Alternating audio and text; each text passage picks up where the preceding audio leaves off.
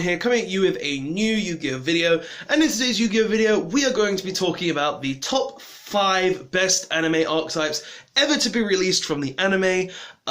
Basically, I wanted to talk about anime archetypes, and we have so many in the game that have actually been released into the real world, and I thought, why not talk about the best 5 anime archetypes ever to be released, depending on how they were used, what they did, and how far they've actually gone in the game. So, in my personal opinion, these are the top 5 best anime archetypes ever to be released in Yu-Gi-Oh! Like, honestly, these all have their own playstyles, these all are different, these all play differently, and they all have their own unique strategies. And throughout the years, we've seen so many cards come out in the game, so many cards come out of the anime, and I felt like it was just time to actually talk about the top 5 best anime archetypes ever to be released. So, without further ado, I want to talk about this subject, and we are going to go straight into it. So, at number 5, we have Blackwings, played by Crow Hogan.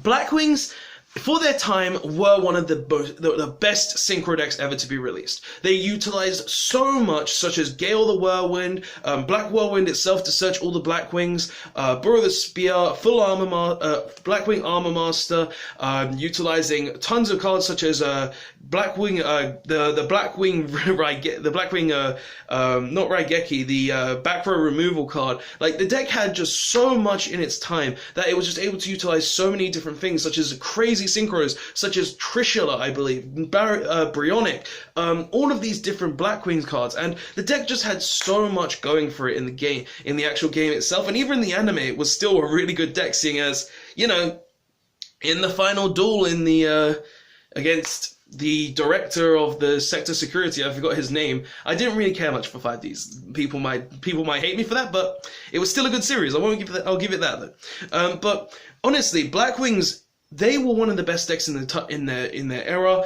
They had stuff like Gale, but limited at one point, just because Gale just being able to half the opponent's attack points, and special summon itself was just insane, and it being very searchable by cards such as Black Whirlwind. Just Blackwings in general, for their time, were definitely one of the best anime archetypes in general, and they're still going strong, seeing as Crow Hogan was even in the Arc V anime, going even further, getting stuff like Full Armor Blackwing, Full Armor Master as well, to give them a Towers-esque card as well, plus other synchro monsters that helped the deck in general. So, Blackwings going in at number 5, just because the deck was actually insane for its era, and also it just synchro spanned so well, also utilizing stuff like Icarus Attack and other cards just to disrupt your opponent. So the deck in general was amazing. It had so many good cards in it, and it's definitely the 5th best anime archetype in my personal opinion, going through the eras. But yeah, Blackwings, definitely a broken anime archetype, and it will continue to be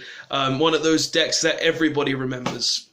But yeah, that was number 5. Let's go on to number 4, which in my personal opinion is the deck used by Soulburner himself, Solomon Great. Solomon Great, a relatively new archetype to be released, only being out for a couple of weeks now in the TCG, but it's already dominating the meta. Solomon Great being a deck used by Soulburner in the anime is just an insane deck in general, being that it's able to utilize so many different resources, such as its Will of Fire to be able to super poly your opponent's cards away, super poly itself, being able to utilize its main deck resources such as Gazelle to send stuff like Rage and Roar, and the deck has a Solemn Judgment-esque card and a Icarus Attack of its own, funny enough, and the deck just does so much in general, and also can link spam, it can Xyz, it can fusion. Like, the deck in general just has a lot of plays, plus the deck also its rank 3 turbo, it can utilize so many other cards, and it being a relatively new archetype, being that it's also just exploded in the game in general, coming out just as soon as it came out, already topping its first YCS, coming second. This deck is definitely an insane deck, and definitely one of the best anime archetypes ever to be released, seeing as it's just got so much going for it. And the deck will still go strong, seeing as there's just so many ways to innovate the deck, so many ways to play the deck. And it's an archetype that definitely, even on its own, without extra outside support cards, the deck is insane. The deck has shown it's insane, and this deck is definitely one of the best anime archetypes of ever. Like, honestly, Like, it being fourth obviously shows that the other decks can do more, but this deck in general, definitely being there, can just utilize so many resources, searchability, graveyard, field presence itself, extra deck. It just does so much and has so much to gain from what it can do, that it definitely is one of the best anime archetypes of all time, and I believe it is the fourth best anime archetype of all time. So at number 4, we have Solomon Greats for those reasons, because it's just such a good deck going out. And definitely a good deck, one of the best decks ever to come out of the anime, of Arc V. No, not Arc V, of Reigns. And it was also used by Soulburner, if I didn't mention that. But yeah, going on to the next one, number 3. At number 3, I actually have another archetype from Yu-Gi-Oh! Reigns, used by Ghost Girl herself, Autogeist. Now, Autogeist are definitely one of the best anime archetypes of all time, in my personal opinion. The deck has won a YCS, which it only won one. It's topped pretty much every YCS just before the last 2 seasons, and it's just doing so, and it just did so much in the game for its time. Like, honestly, being a deck that just utilizes traps to a degree, which just floods the opponent to death, is insane. Like, honestly, utilizing cards like Multi-Faker to summon Siliquise from the deck, and also, I might add, you used every monster that came out of the anime in the Autogeist deck. So, you're not using just 1 or 2 cards, you're using them all. You're using Meliseek, you're using Marionetta, you're using, Multi-Faker, you're using Siliquise, you're using Konkuri, you're using every Autogeist monster in the deck, plus almost every Autogeist trap with Autogeist Protocol and Autogeist Manifestation. So not only is the deck one of the best anime archetypes of all time, it's the one you use pretty much the entire archetype of. Like, you used almost every card in the archetype in that deck, and it's insane to think about that, how this deck actually did a lot as well. It's won a YCS, it's topped multiple events, winning multiple events, winning YCS, topping multiple YCSs. Like, the deck in general is insane. Like, Autogeist in general is a deck that just done so much. It utilizes so many different trap cards. It can use the trap cards, it can recycle trap cards. It can search its trap cards with stuff like Marionetta, and it can also just stun the opponent beyond belief as well. That is definitely one of the best anime archetypes ever released. Is it better than Solomon Great? In my personal opinion, it is, for a couple of reasons. Like, the only reason it's not doing really well now is because there's just so much to counter it right now, and that's one of the reasons why it's kind of gone off the map. But in my personal opinion, if Autogeist went up against Solomon Great, in general, if they just had a hardcore matchup, I feel like Autogeist would be the better out of the 2 of them from the anime in general. So Autogeist, I believe, are the better archetype from the anime out of those 2. But that's just number 3. Autogeist are definitely a broken archetype coming out from the anime, being that they utilize so many traps. Multi-Fake is insane. They can just recycle everything and have consistency to boot with stuff like Meliseek and Marionetta, and it's just a very insane archetype. Plus, Personal Spoofing's broken. It's not an Autogeist card, but it says search Autogeist, so yeah, that's another reason as well. But guys, that's number 3. Let's go on to number 2. So at number 2, we have, drumroll please, used by Jaden Yugi himself, Elemental Heroes! Yes, Elemental Heroes are definitely one of the best anime archetypes of all time. Like, literally, this deck has persisted to continue to be played since its inception, all the way back at the start of GX. Like, we started off with, like, when Elemental Heroes first came out, the deck wasn't amazing. The deck wasn't great. The deck wasn't brilliant. Like, it was good. It was played. But as the time went on continuously with Heroes, the deck just kept getting more play. The deck just kept doing more and more and more. And the deck is at this point, at its pinnacle where, sure, Elemental Heroes aren't pure heroes anymore, but the Elemental Hero archetype in general, and I count Masked Heroes as well, though, all used by Jaden Yugi, and all of these cards are a great archetype. Like, Omni Hero format, Hero Beat, Water Hero, like, there's just so many innovations of heroes going out throughout the years. Gemini Hero, like, there's no question. Like, even recently with what I made, Roingo Hero, like the deck, like heroes, no matter what, you will see an era, a format with a hero deck in it. And no matter what you do, heroes will always be a good archetype. Like they can utilize Stratos again. Stratos being an insane card. Bubble Man being able to summon itself for free. Now Shadow Mist being able to just search any hero from the deck. Like, elemental heroes in general, they've just done so much in the game and have just spanned the test of time. Like, literally, this deck will never die. This deck will truly never die because there's just so much. And even in its prime, it had free hero lives, free Stratos, free Absolute Zero, like, Omni Heroes. Like, it's a deck that will never die. It is truly one of the best anime archetypes of all time, and I know, and if anyone disagrees with that, I feel like you're wrong, because it's a deck that just will never truly be gone, because it's just something that will always be innovated, always be played, and it will always get better and better and better as it goes along. But that's number 2. What could be number 1 though, if heroes are number 2? Well, at number 1, we have Performer Pals, played by Yuya Sakaki in Arc V. Performer Pals is the most broken archetype of all time.